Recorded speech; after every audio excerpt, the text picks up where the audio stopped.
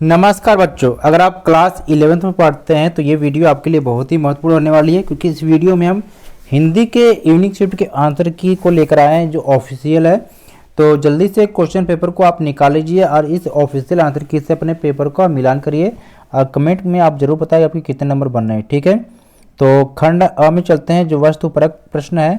पहले क्वेश्चन में आपने देखा कि पहले में पहला का घ सही है नम्रता, दूसरे का घ सही है, तीसरे का ग सही है, चौथे का ख सही है। ठीक है, सारे आंसर को आप देखते रहेंगे, आप मिलान करते रहेंगे। ठीक है, पांचवें का ग अहंकार भाव से बचने के लिए, छठे का घ उपयुक्त सभी, सातवें का ग आशावादी, आठवें का घ है क और ख दोनों था, नौवें का ग है सुविधा भोगी और दसवें का घ है दूसरों के अनुभव से सीखने वाले मनुष्य विनम्र होते हैं। ठीक है, सेकेंड क्वेश्चन को देखेंगे, दिए गए अपठित काव्यांश था। ठीक है, इस पर आधारित था।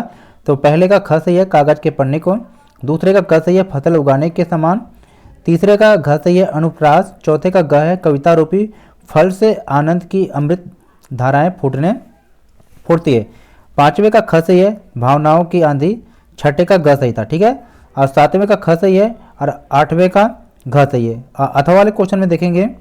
ठीक है, अथवा में क्या है कि दिए गए अपठित काव्यांश सेकंड पर जो आधारित प्रश्न थे उसको, पहले का क है कि देश की रक्षा के लिए प्राण न्यौछावर करने वाले बलिदानों की, दूसरे का ख है इतिहास में प्रसिद्ध और स्वार्थ प्रेरित लोगों का वर्णन अधिक है, तीसरे का घ है वीर व्रस, चौथे का ख है लघु दीपों से, पांचवें का ग है पृथ्वी, छठे का ग है गवाह, सातवें का क है देश के सम्मान के लिए प्राणों की बाजी लगा देते हैं, आठवें का घ है अ। क्वेश्चन नंबर 3 है, 3 में पहले का क है संपादक, दूसरे का ग सही है, तीसरे का भी ग सही है पत्रकारिता का मूल तत्व स्वार्थपरता है, चौथे का ग है एडवोकेसी पत्रकारिता, पांचवें का घ है खोज परक पत्रकारिता। क्वेश्चन नंबर 4 है अपठित पद्यांश, विकल्प का चयन करना था। पहले का घ सही है बाधाएं, दूसरे का क सही है बाधाओं से न घबराकर निरंतर आगे बढ़ते जाने का संदेश, तीसरे का घ सही है केवल सेकेंड, चौथे का घ सही है ओज गुड़, पांचवें का ख है अमरता प्राप्त करना, छठे का क है आलसी, पांचवें का क्वेश्चन नंबर 5वें में देखेंगे। पांचवें में पहले का ग सही है, दूसरे का घ वर्मा, तीसरे का क सरल और लापरवाह, चौथे का ख, पांचवें का ख, छठे का क।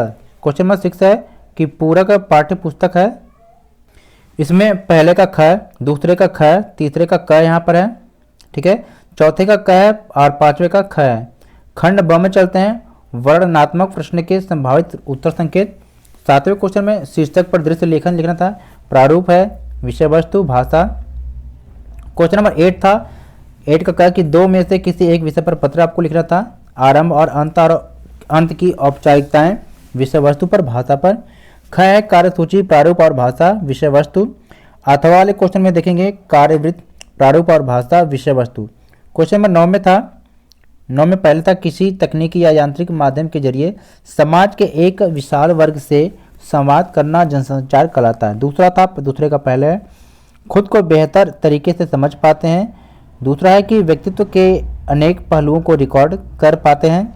क्वेश्चन नंबर 10 था, किन्हीं दो प्रश्नों के उत्तर देना था आपको।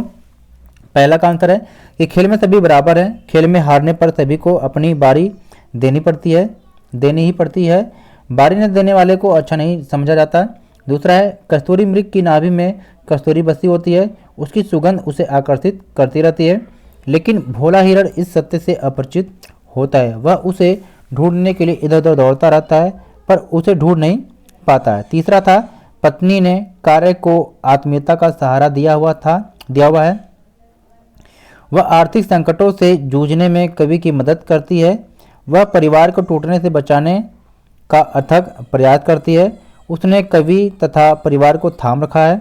ठीक है, क्वेश्चन नंबर 11 था कि किसी एक काव्यांश की सप्रसंग व्याख्या करना था, संदर्भ और प्रसंग के साथ व्याख्या और विशेष भाषा में। ठीक है, क्वेश्चन नंबर 12 था कि किन्हीं दो प्रश्नों के उत्तर देना था। ठीक है, पहला है कि मजदूरों का समूचा दिन भय और दहशत में बीता, मजदूरों को डर था कि सुबह सिंह कभी भी लौटकर आ सकता है, शाम होते ही सारा भट्टा सुनसान एवं शांत हो गया, सभी अपनी अपनी झोपड़ियों में सिमटकर रह गए। दूसरा था समाज ने फूले दंपति द्वारा किए जा रहे समाज सुधार के कार्यों का विरोध किया, ये जिस रास्ते से जाते थे उस रास्ते पर खड़े होकर विरोधी लोग उन्हें गालियाँ देते, उन पर थूकते, उन्हें पत्थर मारते थे और उन पर गोबर उछालते थे। तीसरा है दया सहानुभूति के भाव उत्पन्न होते हैं। गूंगे के बुआ फूफा जैसे असंवेदनशील लोगों के प्रति आक्रोश भी पनपता है। गूंगे जैसे बच्चे हमारी सहानुभूति के पात्र हैं, उनके साथ संवेदनशील व्यवहार करना चाहिए। 13 क्वेश्चन है, पद्यांश की सर्वप्रथम व्याख्या करना था, तो संदर्भ और प्रसंग के साथ 2 अंक का था। ठीक है, फिर व्याख्या करना था, फिर विशेष भाषा। ठीक है, क्वेश्चन 14 है, किसी एक प्रश्न का उत्तर लिखना था 60 शब्दों में। तो पहले में देखा, दोनों साहित्य प्रेमी, दोनों की लेखन में रुचि, जीवन में अस्थिरता, धन को महत्व न देना, घूमने के शौकीन, कला प्रेमी, सौंदर्य बोध की कुशलता। दूसरा था संतान के भविष्य के प्रति चिंतित, धार्मिक व्यक्तित्व, दूरदर्शी, कला के प्रति सम्मान का भाव। ठीक है, तो इस प्रकार से हमने यूनिक शीट के जो पेपर था हिंदी का, उसको हमने उसके कंप्लीट आंसर को आपने दिखा दिया। तो आप अपने क्वेश्चन पेपर का मिलान जरूर कर लिए होंगे, तो कमेंट में जरूर बताएं कितने आपके आंसर सही हो रहे हैं। वीडियो को लाइक जरूर करें। ठीक है, और इस वीडियो को अपने दोस्तों के साथ भी शेयर करें कि आपके दोस्त भी आपको मिलाकर आपको बता सके कितना नंबर बन रहा है। और इसी तरह की वीडियो को देखने के लिए चैनल को सब्सक्राइब जरूर करें। ठीक है।